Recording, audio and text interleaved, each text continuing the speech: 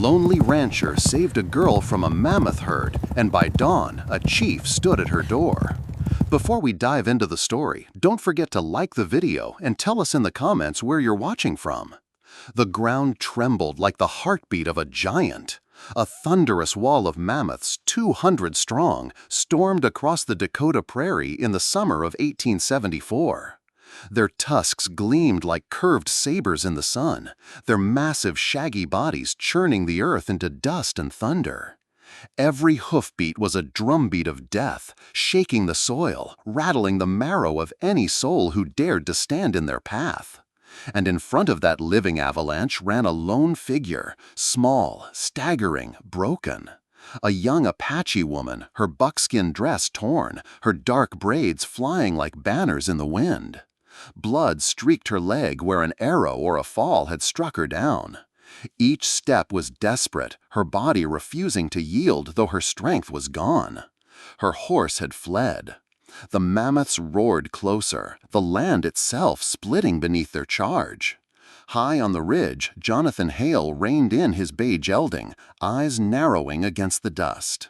At 45, he had seen storms, stampedes, and death plenty of times, but never this. His rifle was at his side, his heart hammering like he was 20 again. He should have turned away. Apache. The word itself was a wound. His brother James had died in a raid years back, cut down in his prime. His wife buried before her time, illness stealing her voice in the night. Every settler whispered the same warning: never trust the people of the plains. Yet as Jonathan watched the girl stumble, her body ready to be swallowed whole by that tide of beasts, he saw not an enemy, but a child of flesh and blood, caught in God's cruel storm. "Lord, guide my hand," he whispered, his voice low as the prairie wind. Then, almost without knowing, he spoke the words he'd read 100 times in his Bible. "Blessed are the merciful, for they shall receive mercy." He dug his spurs into the gelding's flanks. The horse lunged forward, down the slope and straight into the storm. Dust and heat swallowed them. The herd's musk thickened the air until every breath burned. Jonathan leaned low, his body welded to the saddle, his eyes locked on the girl who stumbled just ahead of the killing tide. She fell. The earth shuddered as the herd bore down. In that split second, Jonathan swung his horse hard, reached out, and shouted above the thunder, "Take my hand!" The girl lifted her face, dark eyes blazing with fear and defiance. Their hands met, rough callous to trembling flesh. The force almost tore Jonathan from the saddle, but he clenched tight, muscles screaming, hauling her up in one desperate arc. She crashed against him, clutching his waist as the horse veered sharp away, hooves skimming the edge of death. A bull mammoth swerved, tusks slicing the air where they had been a heartbeat before. Jonathan's breath tore in his chest. The girl's cry was hot against his ear. Together they clung to the horse as it pounded along the rim of the stampede, the herd's fury chasing them like the wrath of heaven. The world narrowed to dust, thunder, and survival. At last the roar began to thin. The stampede rolled past, its fury fading into a distant growl, leaving only drifting dust and the harsh rasp of breath. Jonathan slowed his gelding to a trot, chest heaving, arms aching from the weight of the girl he had hauled from death's grasp. For a long moment, neither moved. The prairie was silent, save for the fading thunder and the panting of horse and rider. Then the girl slid from his side, her legs nearly giving way as she touched the ground. Blood seeped through the tear in her leggings, staining the earth beneath her. Yet she stood tall, her chin high, her eyes locked on him with a fire that belied her wound. "Name, Ioka," she said, her English broken but steady. Her voice was rough, but it carried a quiet dignity. Jonathan swung down beside her, his boots crunching in the dust. "Jonathan," he answered simply, pointing to himself.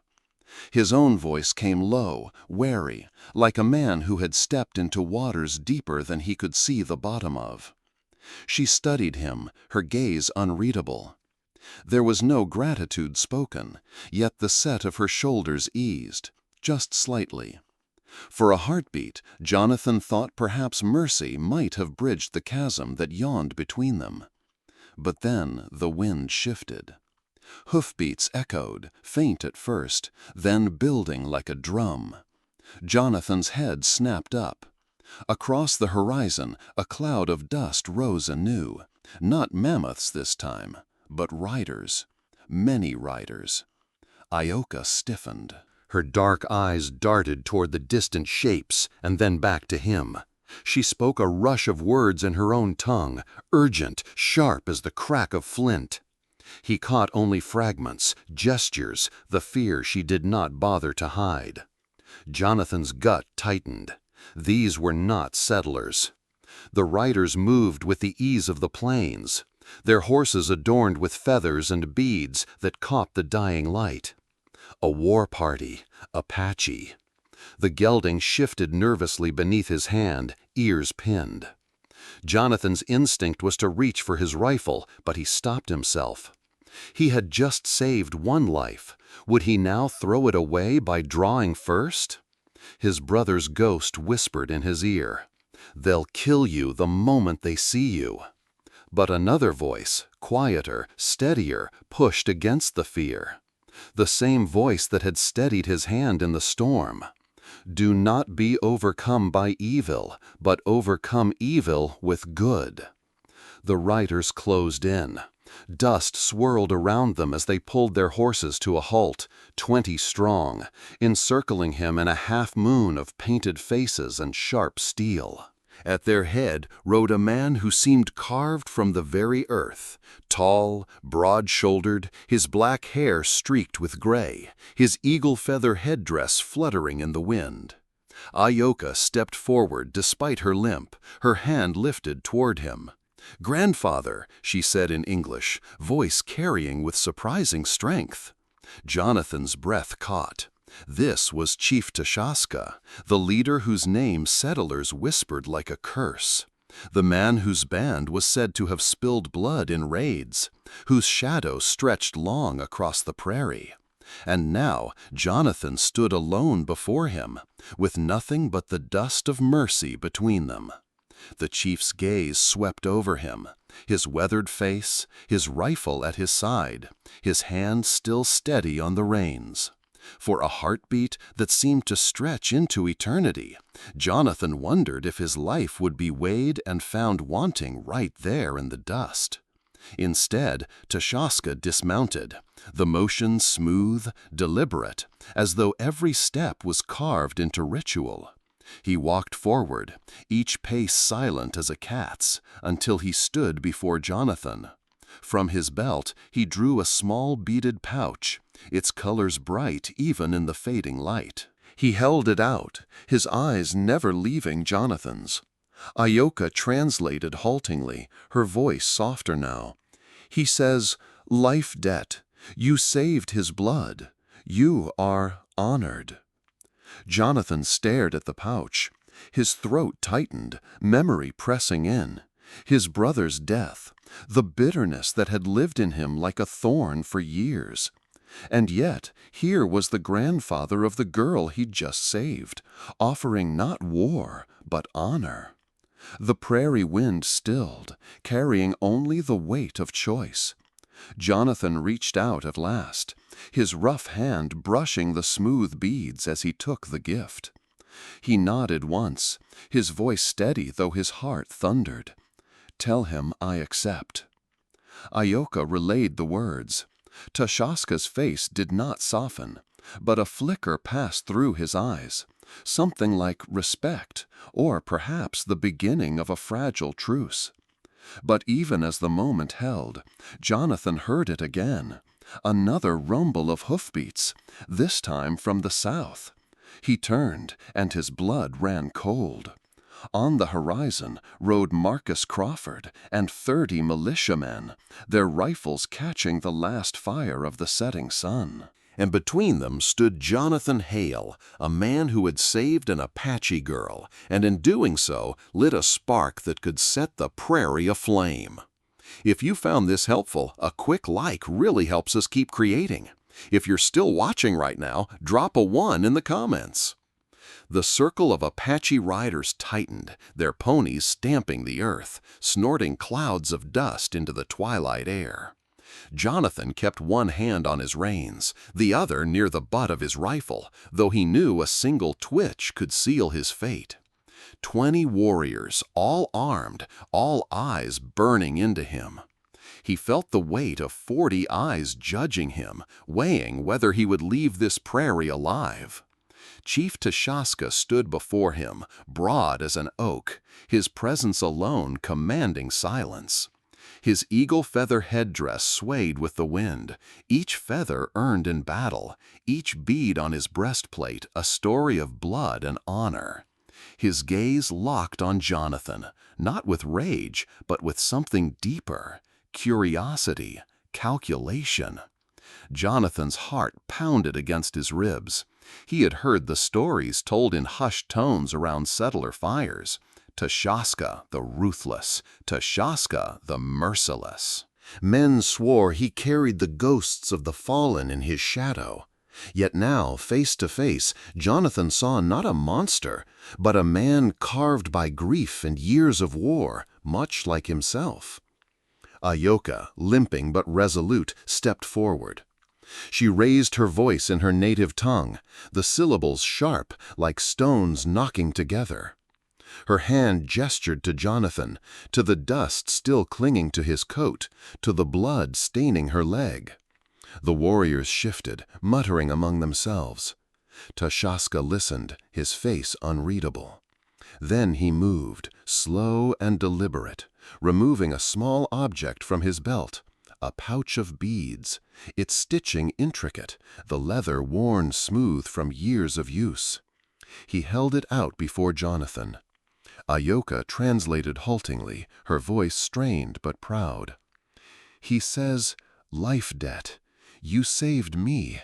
His blood is my blood. You are honored."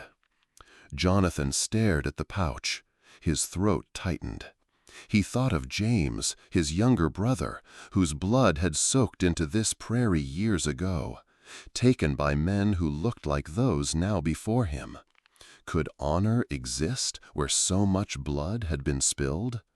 Was this a trick, a mask for vengeance yet to come? He swallowed hard. The prairie wind stirred his hair, carrying the smell of dust and sage. For a long moment, the world held its breath. Then Jonathan reached out, his rough palm brushing the smooth beads as he took the pouch. "Tell him," Jonathan said, voice steady despite the storm inside him, "that I accept his honor." Ayoka relayed the words. The chief's face did not soften, but in the depths of his dark eyes flickered something rare, a glint of respect, faint as dawn's first light. The surrounding warriors murmured, some nodding, others stiff with suspicion. Jonathan knew this moment did not erase years of bloodshed. It was a thread, fragile and easily cut. As silence settled, Jonathan realized he still stood, breathing, unbroken, on ground where he might have died.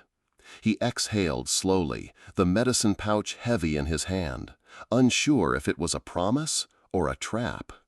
The fragile silence did not last. Jonathan's ears caught it first, the faint rumble of more hoofbeats rolling across the prairie. He turned his head, and his gut knotted. From the southern horizon, another cloud of dust rose, this one darker, thicker, moving fast. The Apache warriors shifted uneasily, hands tightening on spears and bows. Chief Tashaska raised his chin, his eyes narrowing. Jonathan already knew what he would see. Settlers. The shapes sharpened as they drew near, 30 men on horseback, rifles glinting in the dying light. At their head rode Marcus Crawford, broad-shouldered, face hard as flint, eyes burning with a fire that never dimmed. Jonathan knew that fire well. It was the same fire that lived in every settler who had buried kin beneath this soil. The militia reined up within shouting distance, horses tossing their heads, snorting clouds of steam into the cool evening air. The tension cracked like dry tinder. Two armed worlds faced each other, Jonathan caught squarely between them. "Jonathan Hale!" Crawford's voice split the silence, heavy with accusation. "What in God's name do you think you're doing? Riding with savages? Bringing one of them into our land after all they've done?" His words struck like blows. The men behind him growled their assent, rifles shifting in their hands. Jonathan's grip tightened on the beaded pouch still clutched in his fist.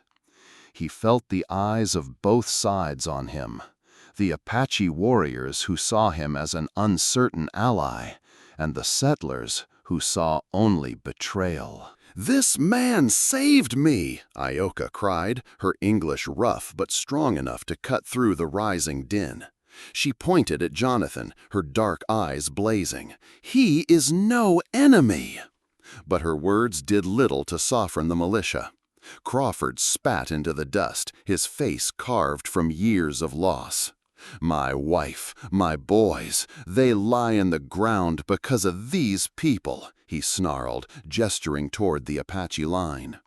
"And you stand with them, Jonathan? You shame your blood. You shame your brother's grave." Jonathan's chest tightened. James's name hung heavy in the air, the ghost of his younger brother dragged into the circle once more. The militia pressed closer, Apache warriors bristled, and the prairie itself seemed to tense, waiting for the first trigger to be pulled. Between two storms, Jonathan knew one spark would ignite them both. The prairie air grew sharp, charged like the moment before a lightning strike.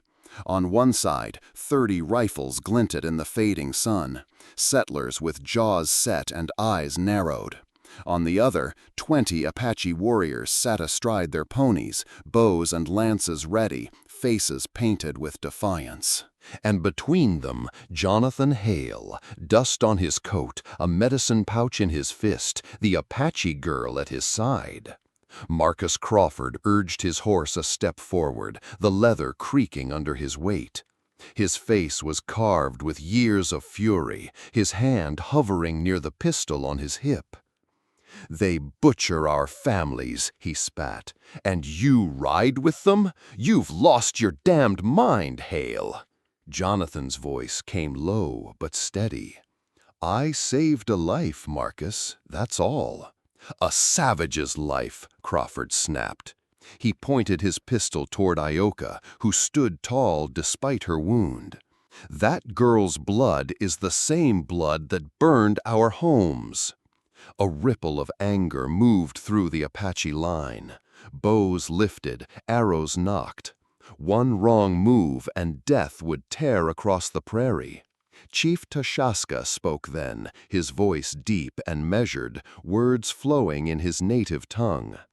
Ioka translated, her English broken but fierce. He says, "Not all raids are ours. There is Iron Horse Band. They bring death to you, to us. They want war. Not him, not me." The name fell heavy into the dust.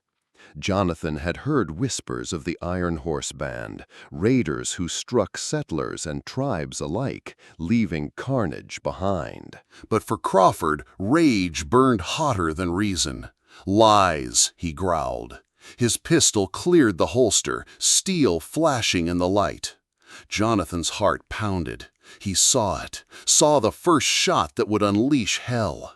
His brother's face haunted him, urging vengeance. But another voice rose stronger within him, words he had read by lamplight on lonely nights, words now burning in his chest. Jonathan raised his hand, stepping between Crawford's gun and the Apache line. His voice cut the air like a bell. "Do not be overcome by evil, but overcome evil with good." Romans 12:21. The words silenced even the horses. For a heartbeat, no one moved. Crawford's jaw tightened, fury and grief warring in his eyes. The settlers shifted uneasily. Some lowered their rifles just an inch. The verse rang familiar in their ears, the echo of Sunday sermons whispered across campfires and chapels. Tashaska's gaze held Jonathan's, unreadable yet steady. He did not reach for a weapon. He simply waited, as though testing whether the settler's faith was stronger than his fear. Jonathan's voice softened, but carried with iron weight. "If we fight here, Marcus, we all bleed. Maybe the wrong blood. Maybe innocent blood. That's not justice, it's just more graves." The militia muttered among themselves. One man spat into the dirt, but another shifted in his saddle, uneasy. Doubt crept like water through cracked stone. Crawford's pistol trembled just slightly. He cursed under his breath, then lowered it, but did not holster it. His eyes burned into Jonathan's. "You stand in their shadow, Hale. God help you if you're wrong." On the other side, bows remained strung, lances held firm. The prairie held its breath, the gulf of mistrust still yawning wide. Yet something had changed. The spark had not yet caught flame. Jonathan's words had sown a seed, fragile and small, but alive. For now, at least, the earth remained unbroken by blood. If you're still watching right now, drop a 1 in the comments so I know you're still with me on this journey. The air between the two lines hung like a blade. Every settler's finger hovered near a trigger. Every Apache bow was drawn taut, the arrows trembling like coiled serpents waiting to strike. The prairie itself seemed to lean in, listening, holding its breath. And then Chief Tashaska moved. The old warrior dismounted once more, his steps slow, deliberate. He stood tall despite his years, his frame carved by war and weather. His gaze swept across the settlers, pausing on Marcus Crawford's pistol, then settling on Jonathan, the beaded pouch still clenched in his hand. For a long heartbeat, no one spoke. Then Tashaska lifted his arm and gestured to Ioka. The girl limped forward, her braid dust-streaked, her eyes sharp with pride despite her wound. She looked to her grandfather, questioning. He nodded once, solemn as stone. A murmur rippled through the Apache line. Warriors shifted in their saddles, some protesting in their tongue, others falling into uneasy silence. Ioka's brow furrowed. She spoke to her grandfather quickly, words tumbling like stones in a rushing stream. He answered with a single phrase, heavy as iron. She stiffened, then turned her face toward Jonathan. Her English came halting, but the weight of it carried through the dust-filled air. "My grandfather says, I stay here with you until peace is proven." Gasps broke from both sides. The settlers shouted in disbelief. The Apaches muttered, some with outrage, some with awe. Even Marcus blinked, his fury caught off guard. Jonathan froze, the words striking him like a hammer. Leave her? Here? A girl of 20? The chief's own blood? Given into the hands of a settler? It was madness. It was unthinkable. And yet, in that madness lay the clearest proof of trust. Tashaska stepped closer, his eyes locked with Jonathan's. Ioka translated, her voice tight, almost breaking. "He says, her life in your hands. If peace fails, if Iron Horse raiders come, you hold her fate. This is our pledge." Jonathan's throat tightened. He thought of the weight of the pouch in his hand, a symbol of debt. Now the living, breathing granddaughter of the Apache chief stood before him, offered as collateral of peace. The prairie stirred with whispers, men on both sides wrestling with what it meant. Trust? Folly? A trap? Marcus's voice rose, harsh and disbelieving. "He'd leave his own kin with you? That's no pledge, it's a trick." But even as he spoke, the settlers glanced at one another, shaken. No man of the plains, white or native, would give his blood lightly. For to Shaska to do so meant more than words could carry. Jonathan's gaze fell on Ioka. She met his eyes unflinching, though her hands trembled faintly at her sides. In her stare he saw not fear, but defiance, the courage to be the bridge her people demanded. The prairie fell silent again, waiting for someone, anyone, to breathe life into this fragile, impossible pledge. The prairie rang with disbelief. Settlers shifted in their saddles, voices rising in a chorus of anger and suspicion. The Apache warriors muttered low, some shaking their heads at their chief's choice, others watching with guarded awe. Marcus Crawford's face darkened, his fury rising like a storm. He urged his horse a step forward, his pistol gleaming in the low light. "You expect us to swallow this?" he barked. "He leaves his own granddaughter as a hostage? That's not trust, it's a trick.